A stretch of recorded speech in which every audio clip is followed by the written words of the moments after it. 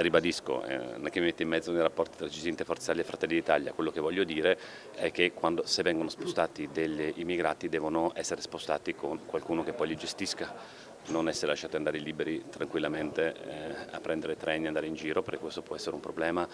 Solo un'organizzazione curata e precisa può davvero dare risposte alla gestione del fenomeno migratorio in Friuli Venezia Giulia. È il messaggio che fa passare il presidente della regione Massimiliano Fedriga, rispondendo alle domande circa la polemica sorta fra l'eurodeputata della Lega, nonché assessore alla sicurezza di Monfalcone Anna Maria Cisint, e i partiti Forza Italia e Fratelli d'Italia. Galeotta fu la frase "andate a Trieste", rivolta ai migranti giunti dalla rotta balcanica e accampatisi fuori dal commissariato di Monfalcone, attribuita inizialmente a Cisint. L'esponente leghista invece ha poi smentito tale frase, dicendo di aver solo fatto accompagnare i cittadini stranieri in stazione, in quanto luogo aperto e con un bagno. Molti di loro hanno preso un treno, scegliendo di andare altrove, ovvero Trieste.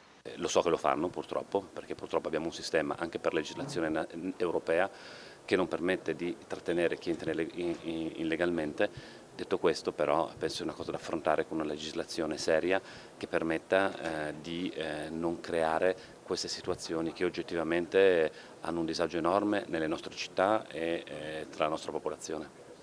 Intanto altri 10 migranti sono stati rintracciati ieri sera a Monfalcone e dopo un'accoglienza temporanea in stazione si sono spostati a Gorizia.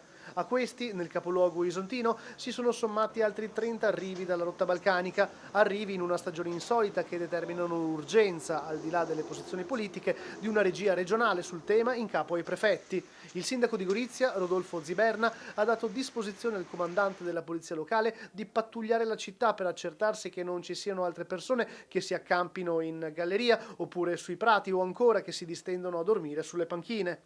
Il sindaco della città isontina ha anche fatto sapere che sono in corso le identificazioni di questi migranti momentaneamente accolti in Casa Rossa, ma che Gorizia non può permettersi di farsi carico di queste persone perché non ci sono spazi.